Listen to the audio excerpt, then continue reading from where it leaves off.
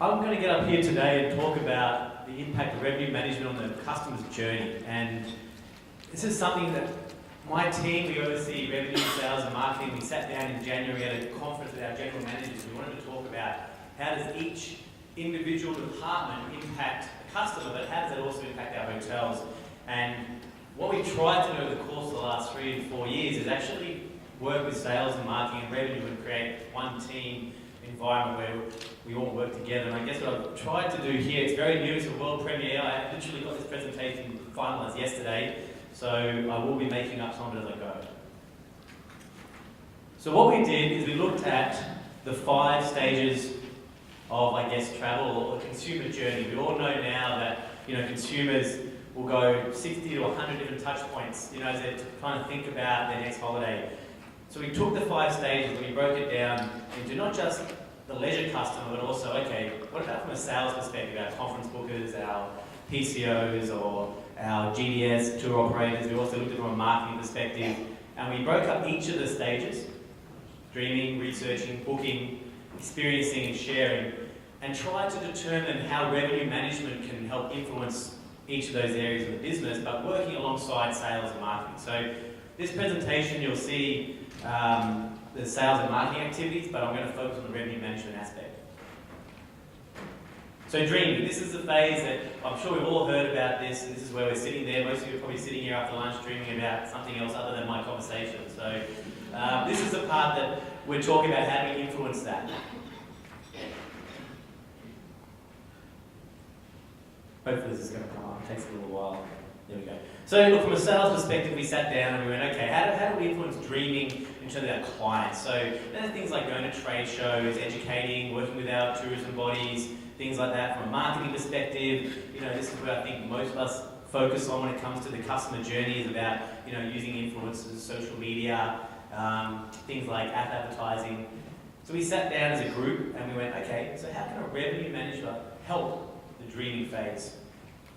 So we talked about things like, well, if we're going to go and do some advertising on social media or with influencers, what if we really understood our lead time of the customer, not just across one segment, but all segments? So we sat down and went, okay, understanding each segment we work in, what are those lead times and what offers should we be putting out through these different channels? We also spoke about things like, I guess, data. How can data help the dreaming? So the more information we have, we can understand when the dreamers are dreaming to make the right choices about when we put the rates in front of those people. Rate parity was another conversation we talked about, saying, ensuring we have the right rates across all the channels when these people start to think about a holiday. Then we moved to the researching. And this is complicated because I think in the researching phase, people are doing 20, 30 different websites, talking to people. And again, we sat there and we went, how can we influence on the researching side? So what are people doing on the internet when they're researching? What are our clients doing when conferencing and events when they're researching? And how can revenue management really impact that? So the most classical one for us was OTAs. So making sure our listings are up to date, making sure that we don't have overcomplicate things with all the rates and that. So I think after the researching phase, we went into the booking. And again, I think it was about where can revenue management impact the booking stage. This is probably the most critical part, right? They've done the research, they've been around the internet, and they've come to your website. And the first thing they see in most scenarios is about 25 different rates, different categories, different room types and options. And I think what we've come down to is going, how do we really simplify that process? And I think there's a lot of good companies out there, booking engines that do that. But ultimately for us, we said simple rate options. Don't overcomplicate it.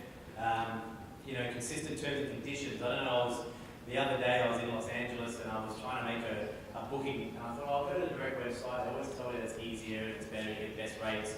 And after about 10 or 12 different click-throughs, I finally went to booking.com, within 3 clicks I was booked, I was in, I was done. So that was a lesson for us, was making sure your website's really easy to use, you've got the right rates, not too many options, and things like that. Reviewing your package options. So experiencing was a difficult for one to sit in there and go, how can revenue management impact the experience people have once they get to your hotel and get on site?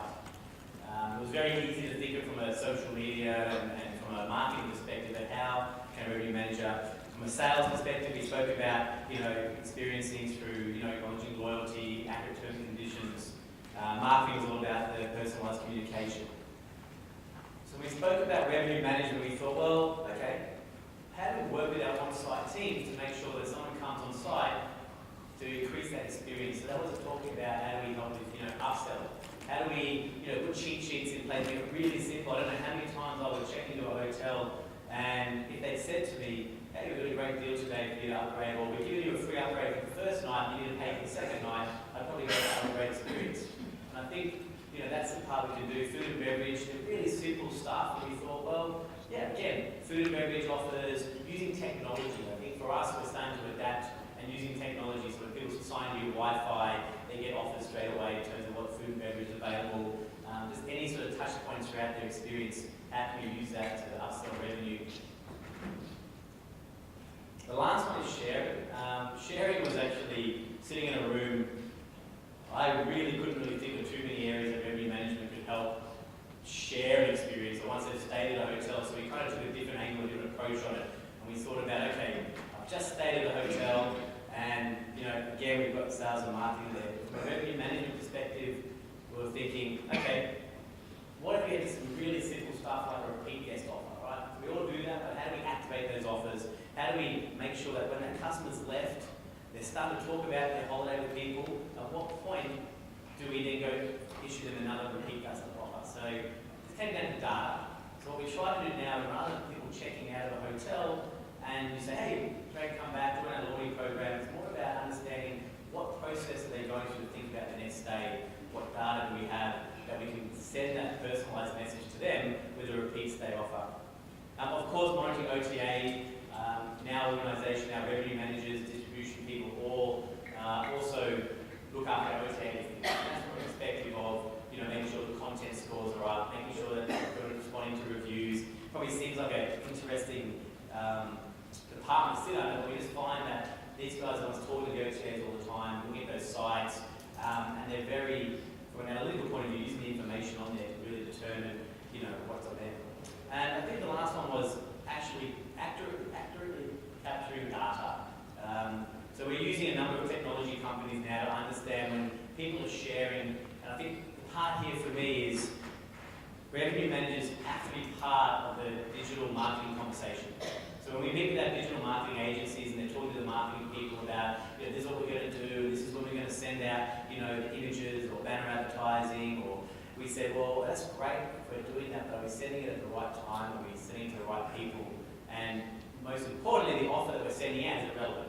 So this is where now, I think in most of the meetings I have with our digital marketing agencies, I try to bring our revenue managers in on those meetings because they've got a lot of really good insights in terms of, what lead times and where they should be advertising. So, like I said, this is a fairly new concept for us, and it's still a work in process.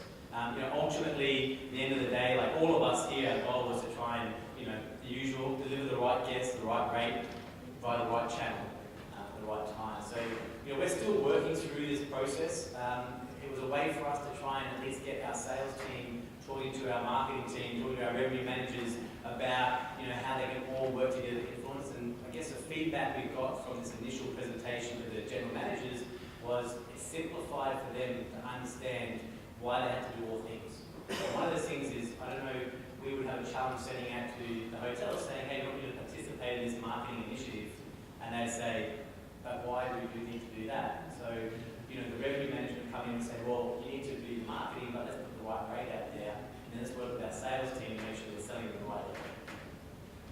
So that's pretty much it. That's the presentation about the customer journey. And I thought what I would do is open up for any questions about, about that sort of journey, or where you think revenue managers play a more important part in that journey. Any questions? Hang on, I'm going to get you the mic.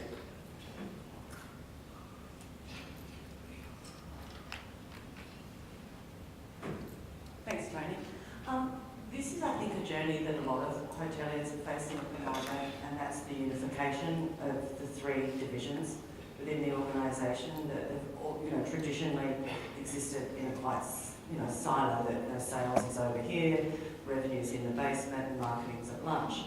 So, getting those three to all talk, where does communication and visualisation and making sure everyone's got access to the same story, how has that kind of been incorporated into the journey and the project that you're working on? Yeah, look, I think for us it's been, we start at the beginning of the year, every year what we call planning days, and many of you will have it about, determining what your strategies are for the year. So what we've done traditionally now is each division will work with the other division to come up with a combined objective, right? So we start with, okay, what are our 3 key objectives for the year? It might be revenue generation, repeat guests, profitability, and then coming down to strategies at each of those objectives that each department will input. Then things like, for us, trade shows have been something traditional. Sales go along to the trade show, they meet with the clients, they issue the contracts, they agree to allotments and all sorts of stuff, and then come back and then they go to the revenue manager, right, we've got to make this work. So now we send our revenue managers to things like in Australia, ATE or AIM, and we have them sitting there at the table with those clients, understanding, one, what the sales have to go through to get the sale, but two, to be able to understand, what the client's asking for. It's not just a salesperson saying, I need more allotments or I need lower rates. Likewise, we've started to get revenue going along to the digital marketing meetings, sales coming along once a month to sit in on revenue management meetings. So every month it's compulsory that at least one salesperson, a regional salesperson that is not at property level, sits in on our revenue management meetings. And then finally, I think we have a results review meeting. It sounds like a lot of meetings for this, but it's that communication piece. So we have results review meetings, finance, operations, revenue, sales and marketing all sitting in there at one time.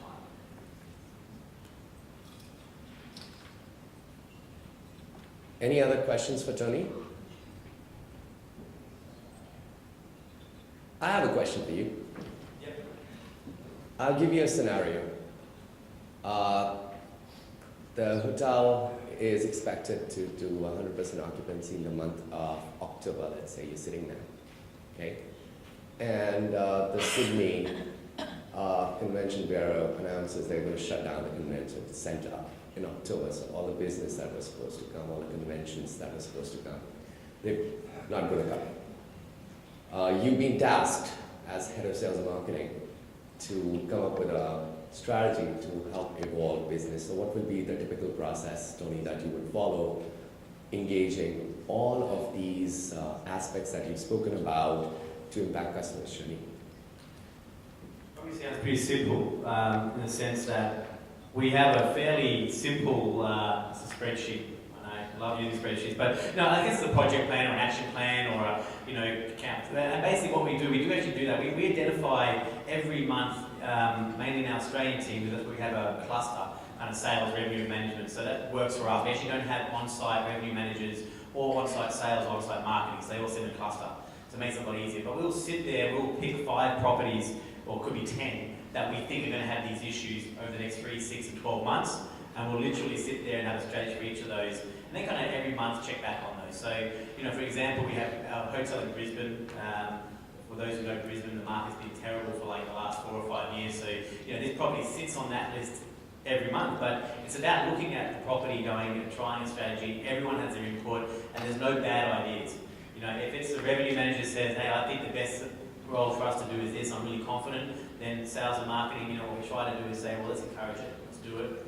I think that's the important part. I think traditionally, I come from a pure sales background, so when I would go into a sales meeting, I'm like, right, we're going to do this, and the revenue manager would say, hey, we can't discount that low. It'd be an argument. It wouldn't be me trying to sit and understand why. I think we ask the question why. I think, I don't know. The thing is about that communication, sitting in a room, and then everyone must have respect for the other person and their ideas. Can you talk about any case study in brief where you saw all the different disciplines or where you saw the silos break and you guys were able to deliver a terrific result? Yeah, so we took over a property in Shoal Bay in Australia. I talk about Australia a lot.